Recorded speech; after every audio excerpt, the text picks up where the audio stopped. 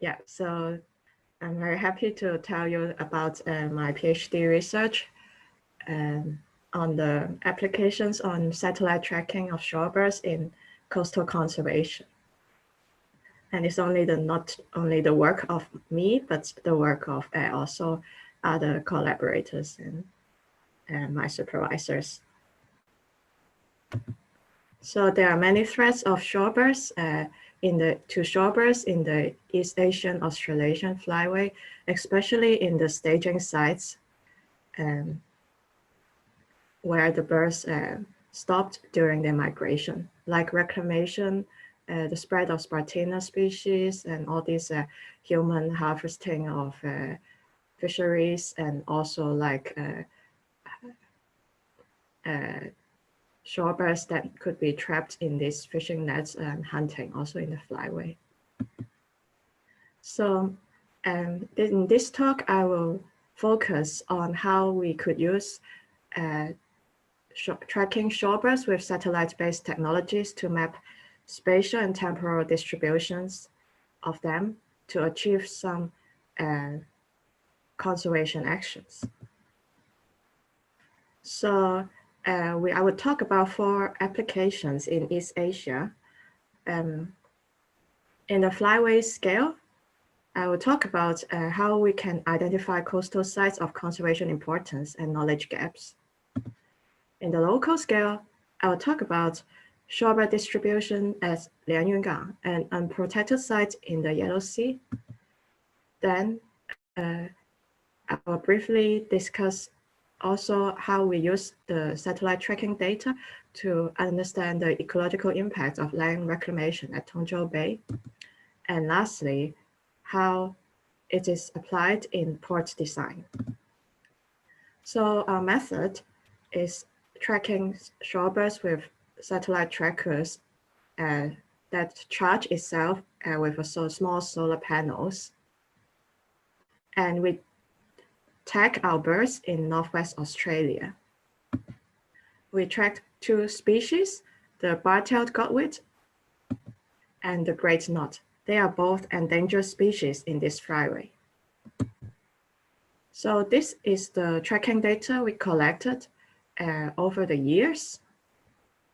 So both species migrate north, stopped in the Southeast Asia and China and the Yellow Sea coast during the migration, and then they breed in the Arctic of Russia, and then they migrate back south through the similar habitats back to Northwest Australia. And for great knot, this is the first tracking study that it was conducted in this flyway. So why do we, so for the first topic, we will choose great knot as to focus on the tracking data of the great knot. Why do we choose this species? First is because it's fully dependent on intertidal habitats for foraging during the non-breeding season. Second, it distributes rightly across the flyway. And third, it can carry the lightest satellite trackers available at the time of study. So we think that is a very good indicator species for shorebirds that's using intertidal habitats in this flyway. So we found from the tracks, we extracted 92 stopping sites. So, but of course, we first have to ask if this distribution represents that of the population. So we did that by ground surveys at South China sites, where few or no survey data was available prior to this study. So this is done during the China Coastal Survey that Pan and I conducted in 2015 to 17, all along the coastline of China, surveying sites visited by satellite-tracked great knots and bar-tailed godwits. In the surveys, we did bird counts, benthos sampling, and also observations of birds. But in this study particularly, I'll focus on the South China sites because there is very little information on these sites before our study. And one of our aim is to verify if the sites visited by the satellite tracked birds are representative. So we did bird counts in all the sites, and we found some numbers of great north flocks in each site. So the number in the numbers are the counts we made, and it is maybe not a very big count, but note that we are only at each site for about 2 days on average. And in one of the sites, we even observed one of our second satellite tracked individual. So, and then we also assess whether the number of stopping sites found is limited by our sample size. So we plot the number of sites accumulated against the number of tags. And we found that for most regions, Southeast Asia, Southern China, and Russia, there could be more sites actually found with we tag more tags, because this curve is not flattened yet, not like the Yellow Sea that maybe we found most of the sites. Then we measure the knowledge gain through a tally of sites newly discovered from tracking. So this is already presented in Turner's, my supervisor, Professor Turner's PSMA talk. So from the 92 sites, we found that only 70% are known sites for great north, and then only 37% are known sites that is important for migratory shorebirds. And unfortunately, most sites are unknown. And you can look at this website to look at the sites in more detail. And also, we find out that in the Yellow Sea is the location where most sites are known, and in the other regions in the Flyway, there is still a huge knowledge gap in site knowledge, as most sites that we found from the satellite tracking is unknown as important sites for shorebirds. So now I will briefly touch upon the other studies. First, we zoom in to this site in the Yellow Sea, Lianyungang. So in this site, doesn't have any protection status, but we are investigating how it is important for shorebirds.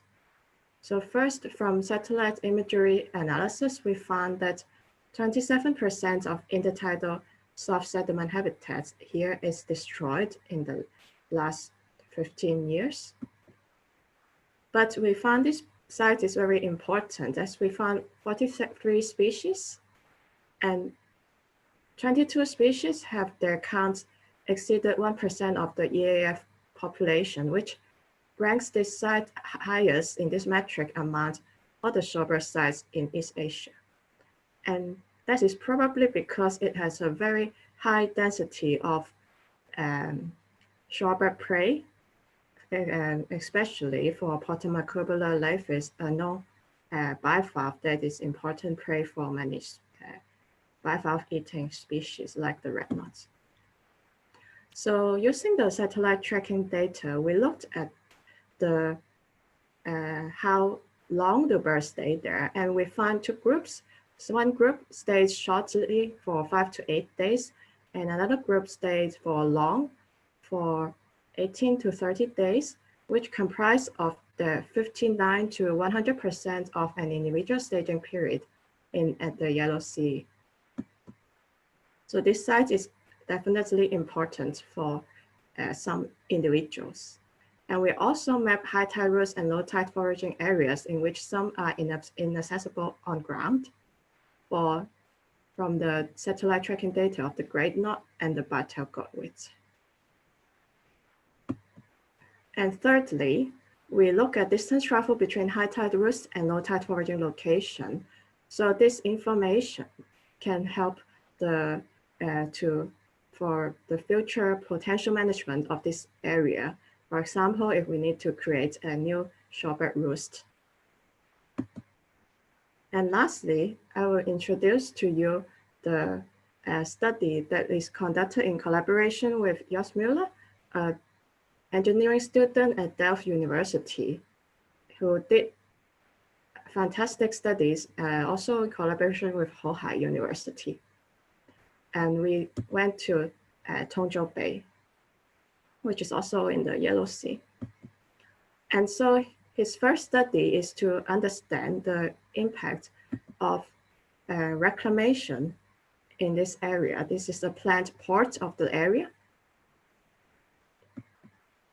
And so first he constructed a hydrodynamic model for the Tongzhou Bay.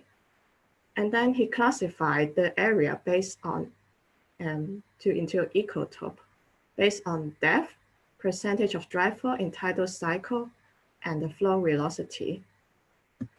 This results in this ecotope map of the area. And then we verify this map by overlaying the home ranges of our two shorebird species as extracted from the satellite tracking data. And from there, we find the most important ecotope types for these two species. And from that, we can calculate that the plant port will result in about 45% loss of habitats for shorebirds.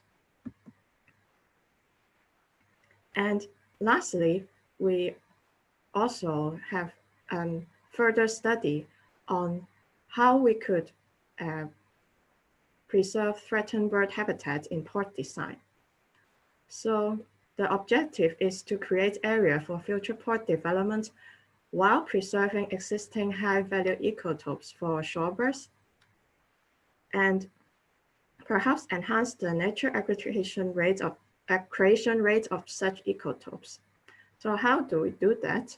So Jos, in addition to what he did in the previous study, he added a sediment transport model to this whole area. And then he compared 4 scenarios. So the first scenario, there is no port built. And this is the second scenario, the first port design he considered. The port is like this shape.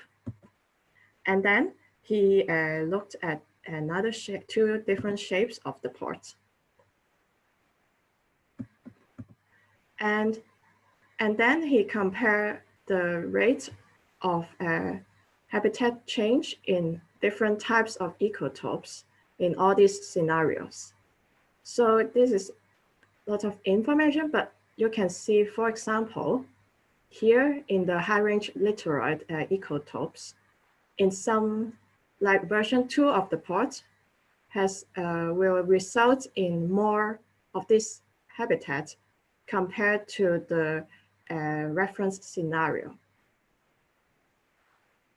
This is because the infrastructure itself could block, make the sediments accumulate in a different way, and maybe that could promote more mudflats created. So to end, I would like to point out that, so we here demonstrate how tracking data can be used to help conservation of these areas. But we also actually use other types of data, such as bird counts, benthic sampling, satellite imagery analysis, and hydrodynamic modeling in the study. So it is very important to also integrate tracking data with other sorts of data and have a comprehensive analysis too. So lastly, I would like to thank all the volunteers that helped in our study, and all the co-authors of the study, and all the collaborators and funding organizations. Thank you.